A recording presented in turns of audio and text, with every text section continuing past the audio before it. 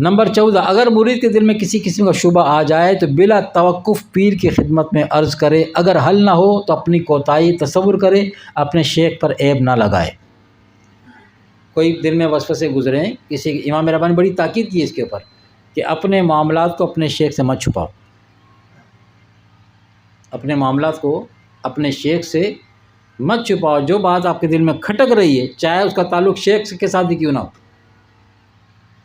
وہاں آپ وہ بات کرو گے تو اس کا عقدہ کھلے گا، اور نہیں تو پھر شیطان لے کے چلے گا۔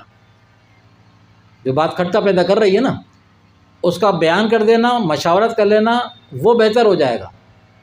جیسے کہ حضرت باعث بستامی رضی اللہ تعالیٰ عنہ، آپ کے ایک مرید نے آپ سے عرض کی کہ حضور میں نے ایک خواب دیکھا ہے، مگر بڑا عجیب و غریب خواب ہے، مجھے کہتے ہوئے شرم آتی ہے، حیا آتی ہے کہ آپ سے وہ بات عرض کروں۔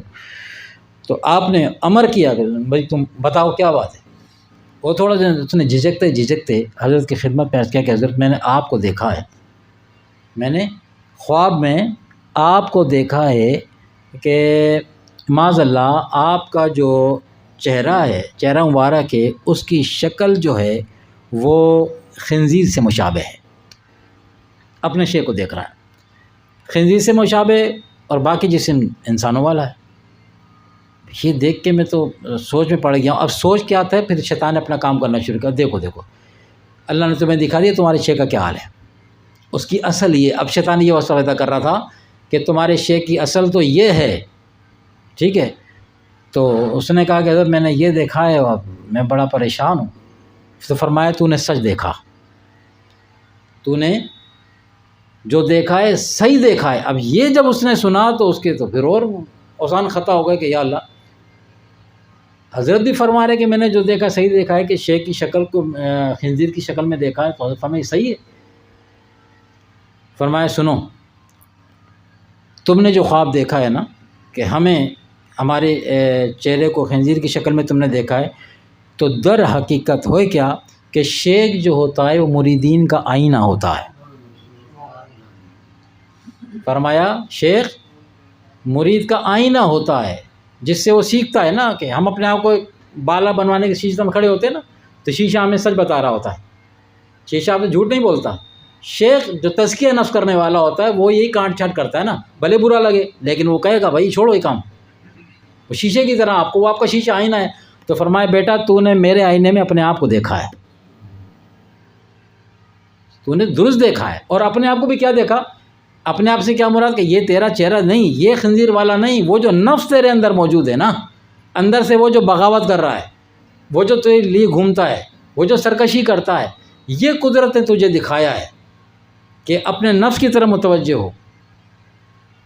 تو نے جو دیکھا صحیح دیکھا، تو نے ہمارے آئینے میں اپنے آپ کو دیکھا ہے۔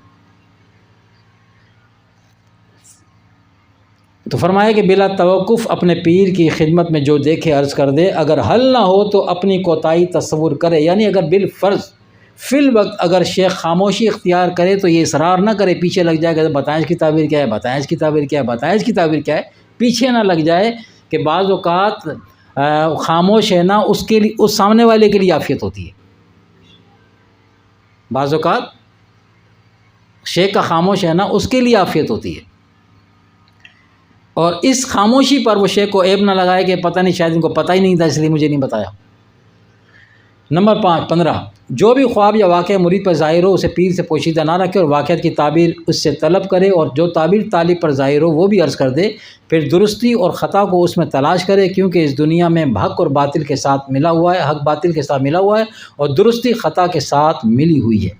نمبر 16، مرید بلا ضرورت بلا اجازت شیخ سے الگ نہ ہو، یعنی جدائی اختیار نہ کرے، کیونکہ اپنے لیے اپنے پیر کے غیر کو اختیار کرنا عقیدت کے منافی ہے۔ مرید کو اپنی آواز، نمبر 17، مرید کو اپنی آواز کو پیر کی آواز سے بلند نہ کرے، مرید اپنی آواز کو پیر کی آواز سے بلند نہ کرے، بلکہ اونچی آواز سے شیخ کے ساتھ گفتگو بھی نہ کرے کہ یہ بے ادبی ہے۔ یہ آداب ہیں صحابہ کرام والے کہ نہیں ہیں؟ ہاں، لوگ کہتے ہیں کیا ہے تصوف، کیا ہے تفسیر، تصوف وہی نہر ہے بھائی، یہ وہیں سے چلی آ رہی ہے۔ اور یہ صحابہ کرام کو آداب کس نے سکھایا تھا کہ نبی کی آواز سے آواز اونچی نہیں ہونی چاہیے؟ قرآن اس بات پہ شاہد ہے، قرآن اس بات پہ شاہد ہے۔ تو اب کیا ہے کہ یہ آداب زندگی جو ہیں، آداب بندگی، آداب زندگی سیکھنے والا ہی اللہ تک پہنچتا ہے۔ اور یہاں جو شیخ کے آداب ایسا فرما رہے ہیں، یہاں شیخ کا ادب کرنے سے مراد فی الحقیقت شیخ کا ادب کرانا مقصود نہیں ہے، کیونکہ یہاں اس کی تربیت ہونی ہے، تزکیہ نفس ہونا ہے نا۔ جو شیخ تزکیہ نفس کر رہا ہوگا، وہ تربیت جب کر رہا ہوگا تو یہاں سے تربیت کر کے کاٹ چھانٹ کر کے اس کو اپنے پاس نہیں رکھنا، اس نے اسے بارگاہ رسالت میں پیش کرنا ہے۔ تو ایسے اٹھا کے دے دیا جائے گا بغیر کوئی ادب سیکھے گئے۔ اس لیے بزرگ نے فرمایا کہ جو شیخ نے اپنے مریدین کو ادب نہیں سکھایا، اس نے کچھ نہیں سکھایا۔ وہ لمبی لمبی نمازیں، لمبے لمبے ذکر اذکار، لمبی لمبی تسبیحاں سب کچھ کرا لیا، پر ادب نہیں سکھایا۔ فرمایا تو کوئی وہ تو یہ عبادت تو بہت سارے لوگ کر رہے ہیں ایسی، لیکن ادب کے ساتھ کرنا اس کو اس مقام پر لے جائے گا۔ لمحے بھر کے اندر ادب آپ کو لمحے بھر کے اندر بہت بڑے مجاہدات سے جان چھڑاتا ہے ادب۔ فرمایا